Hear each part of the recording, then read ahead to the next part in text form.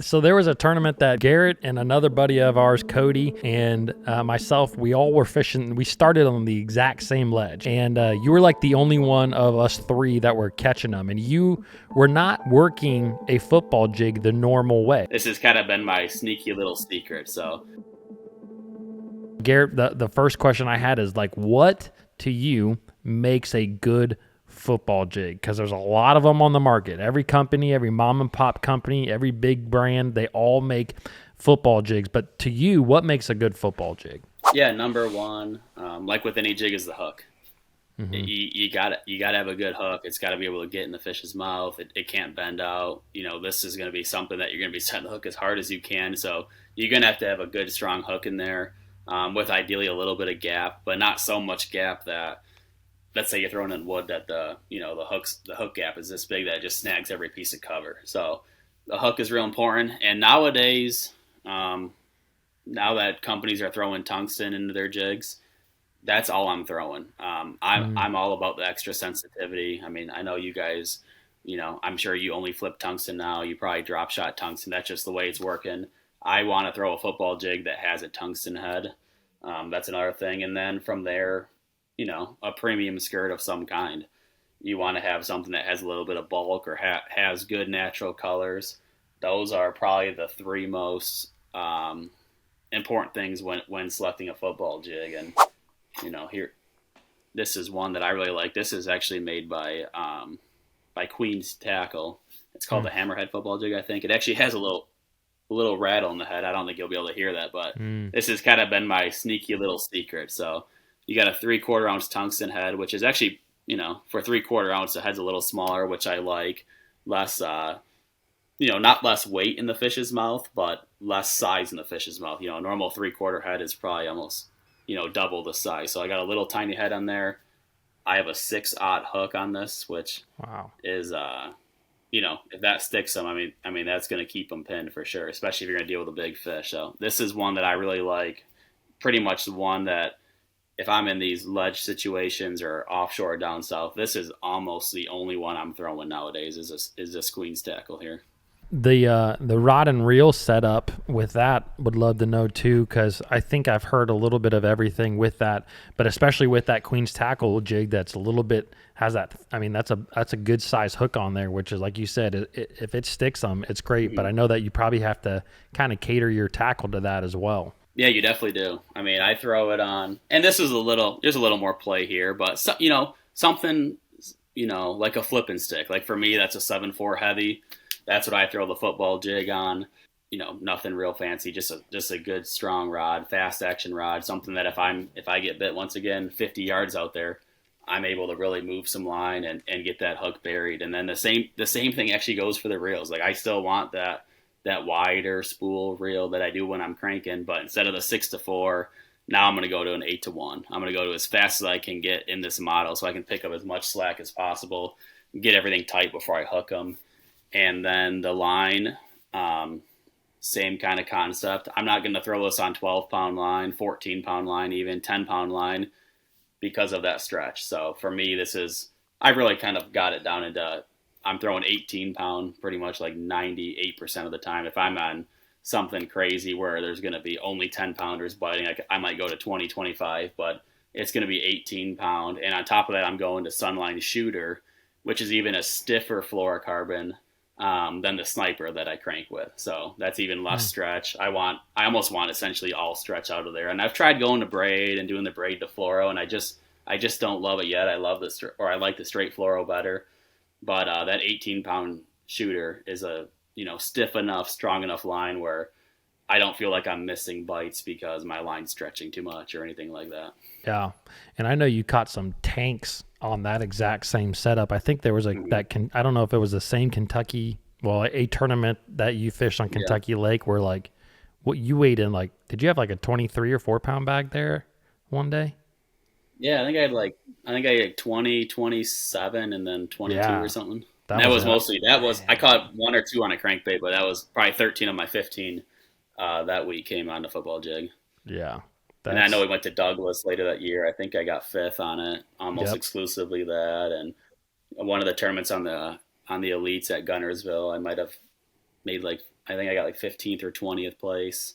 A lot of those came on the football jigs. That's been a real successful one. And, that's one that, I kind of pair it with a crankbait. If I can catch them cranking, I'd love to. I can cover the most water. I can trigger the bites the fastest. But if they're not in the mood, the football jig is definitely, my next progression in bait before I start getting real finessey. I like to try that football jig first. And like you said, it's kind of a lost art. It's almost something they're not seeing out there anymore. And, man, it still seems like it's a bait that if there's a 5-pounder in there and a bunch of 2-pounders, that 5-pounder will bite, just because it's a bigger meal for him. And they seem to trigger more on a jig than, if I were to throw a Ned rig in there, the closest bass is going to bite that. So I like those baits where you can almost extract the biggest fish first and not have to weave through them all day.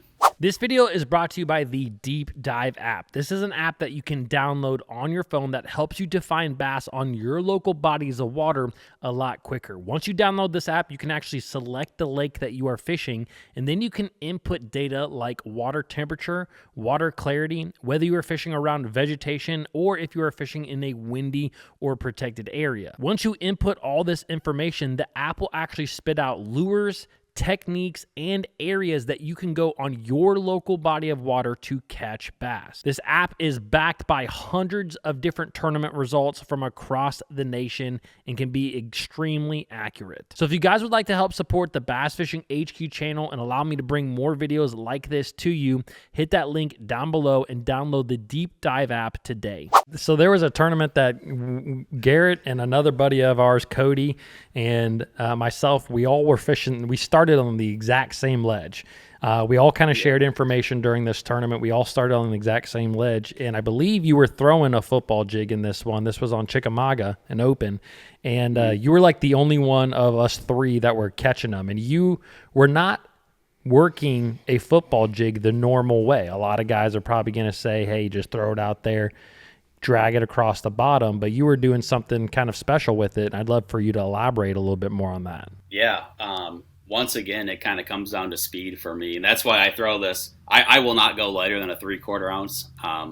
If anything, I'll go heavier, but my retrieve with this thing is I almost want it to become a crankbait on the bottom. So I throw it out there, of course, let it sink to the bottom, and I'm not doing this, I'm not just slowly dragging it on the bottom. I'm almost sweeping my rod and then reeling in the slack. And while I'm sweeping it, I want to feel the bait skipping across the bottom. I don't want it so fast that it's shooting up, but I'm essentially pulling the bait, similar like if you were to fish a Carolina rig real fast.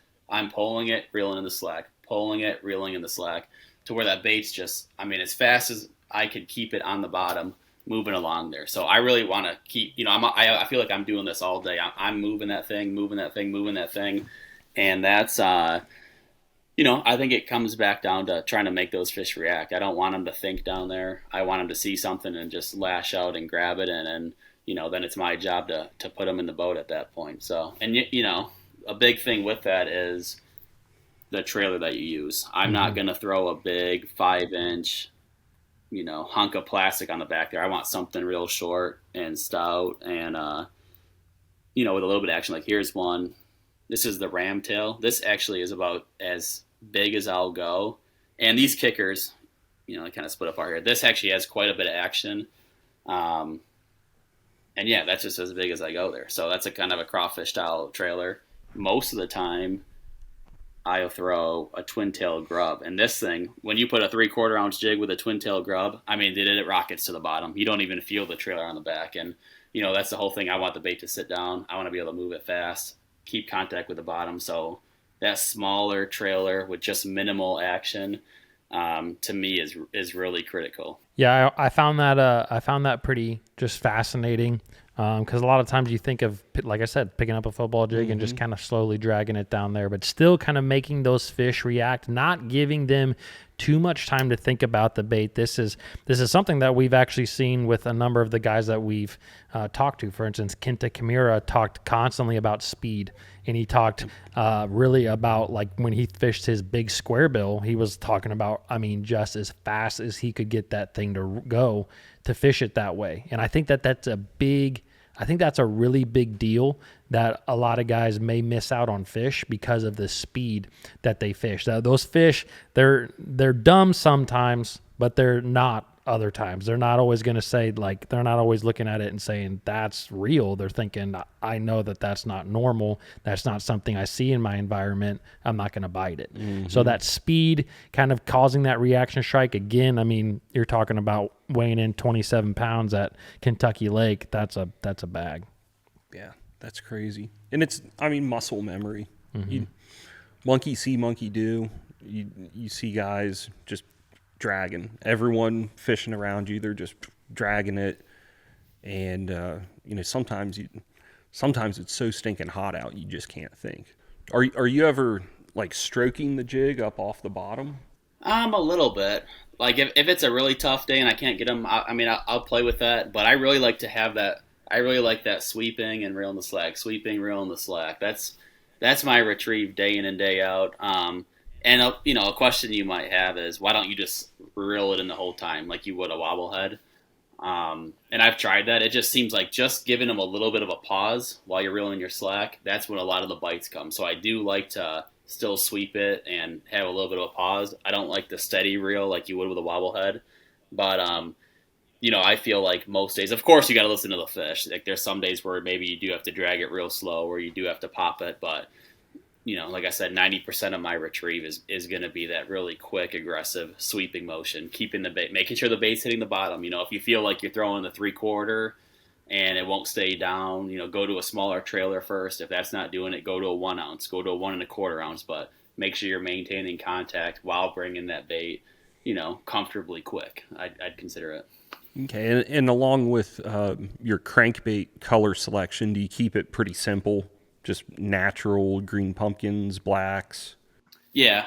The one color I throw, I think it's called green jelly. It's essentially a green pumpkin with a little bit of purple in there. That's about all I throw, honestly. I mean, if I was in a situation where the water is ultra dirty, you know, black and blue, but I really like that. I really like that green pumpkin base, and I do like a little bit of purple in there. I don't know why. I've just noticed that purple feels like it gets me an extra bite. Maybe it doesn't. Maybe it's in my head.